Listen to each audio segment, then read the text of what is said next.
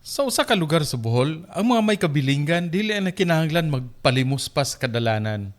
Gani, tungod sa maayong sistema o suporta, ang mga persons with disabilities ug ang mga gagmay nga mamumuhunan sa lokal nga kagamhanan gitabangan aron matagamtam usab ang matuod nga kagawasan. Bisan kon sa DSWD aduna na sila'y madawat nga hinabang, lahi ang gipakita nga mga kinaiya sa mga PWD sa hagna. Gawas sa mga bansay-bansay aron sila mahatagan og mga katakos panginabuhian, ang ilang pundos kapunungan ilang gigamit aron ang mga kauban may kabilingan matabangan. Sa hagna, ang mga micro, small ug medium enterprises giorganisa aron matabangan sa kagamhanan ang ilang pamaligya.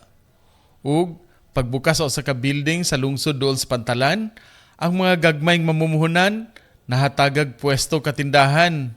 Dinhi ang ilang mga PWDs ang nagdumala sa gibuksan nga tindahan.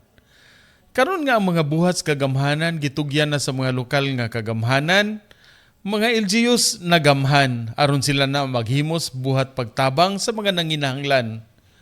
Unta kini ingon niini nga pamaagi masundog sa uban ug matagamtam na usab sa mga sektor nga nabiyaan ang bunga sa tinuod nga kaugmaran. Gikan diri sa Hagna Bohol alang sa maayong balita Central Visayas, Ray Anthony Chu, PIA Bohol.